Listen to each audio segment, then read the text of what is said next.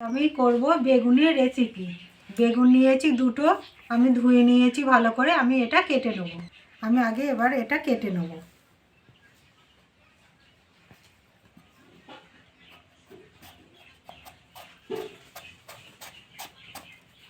একটুখানি কেটে বাদ দিলাম। বেগুনটা এরকম করে রেখে যেরকম বেগুন ভাজা করে সেরকম করে আমি সবগুলো কেটে নেবো, এরকম পিস পিস মতো। পুরোটা কাটবো না।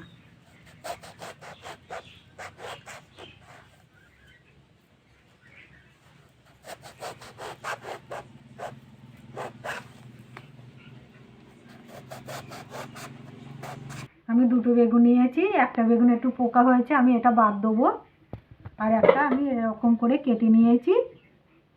আমি একটা বেগুনের করব রেসিপিটা। ধনেপাতা কুচুই নিয়েছি, কাঁচা লঙ্কা কুচুই কেটে নিয়েছি, আর রসুন 4-5 কোয়া আমি কুচুই কেটে নিয়েছি। বেগুনটার মধ্যে আমি কাঁচা রসুন দিয়ে দেবো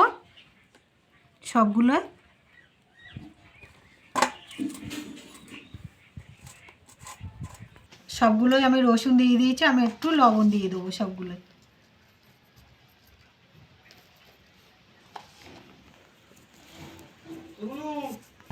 লবণ সবগুলোই দিয়ে দিয়েছি। আমি এবার কাঁচা লঙ্কাও দিয়ে দেবো রসুনের মতন। ঝালটা যেরকম খাবেন আপনারা সেরকমই দেবেন।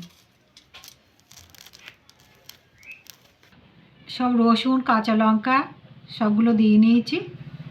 একটা বাটি নিয়েছি, বাটিতে আমি ধনেপাতা দিয়ে দেবো। সর্ষের তেল দিয়ে দেবো। ভালো করে মিশিয়ে নেব ধনেপাতার তেলটা। এটা মেশানো হয়ে গেছে। আবার এগুলো আমি ধনেপাতার তেল দিয়ে দেবো।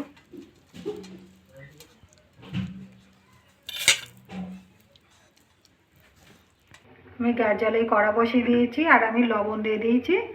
আমি একটা স্ট্যান্ড বসিয়ে দেবো। বেগুনটা দিয়ে দেবো। একটা ঢাকা দিয়ে দেবো।